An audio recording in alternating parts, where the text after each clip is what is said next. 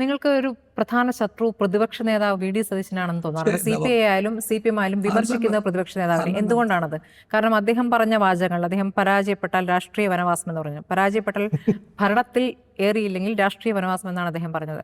അത് ഇപ്പോൾ 100 സീറ്റ് അല്ലെങ്കിൽ രാഷ്ട്രീയ വനവാസം എന്ന രൂപത്തിലേക്ക് വ്യാഖ്യാനിച്ചു മാറ്റുന്നുണ്ട്. അപ്പോൾ അത് ഒരു നേതാവിനെ മാത്രം ടാർഗറ്റ് ചെയ്തുകൊണ്ടാണ് നീങ്ങുന്നതെന്നൊരു സംശയം. ശ്രമിക്കുന്നത് ഒരാളെ വല്ലാണ്ട് അങ്ങോട്ട് പ്രതികരിക്കാൻ വേണ്ടിയാണ്. അത്ര വലിയ ആളല്ല അദ്ദേഹം, അല്ല. He's one among many. Congress രാഷ്ട്രീയത്തിലെ നേതാക്കന്മാർ പലരുണ്ട്. ആ കസേരയ്ക്ക് വേണ്ടി കാത്തിരിക്കുന്നവർ, മത്സരിക്കുന്നവർ, തന്ത്രം മെനയുന്നവർ, വർത്തമാനം പറയുന്നവർ. അതിലൊരാൾ മാത്രമാണ് ഈ പറയുന്ന ആൾ.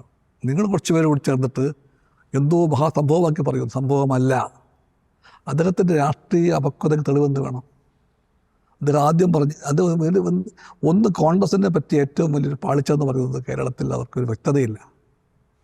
ചരട് പൊട്ടിയ പട്ടം പോലെ പറക്കുന്നു ആ പാർട്ടി. കനകോലുവിൻ്റെ തന്ത്രമാണ് കോൺഗ്രസ് തന്ത്രം. ആ കണക്ക് പ്രകാരം പറയുകയായിരുന്നു. അവരുടെ സർവേ പഠനം എന്നൊക്കെ പറയുകയാണ്. സതീശൻ എല്ലാ സ്ഥലത്തും പ്രസംഗിച്ചു. ആ യാത്രയിൽ, പുതുയുഗ യാത്രയിൽ പറഞ്ഞത് എന്താ?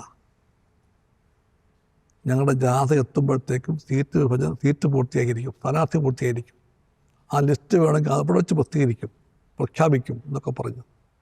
എന്താ കണ്ടത്? കോൺഗ്രസിൻ്റെ സ്ഥാനാർത്ഥി പട്ടിക പൂർത്തിയാക്കാൻ വേണ്ടി ജാഥ കഴിഞ്ഞിട്ട് എത്രയോ ദിവസം കാത്തു നിൽക്കേണ്ടി വന്നു. എവിടെയൊക്കെ പോയി?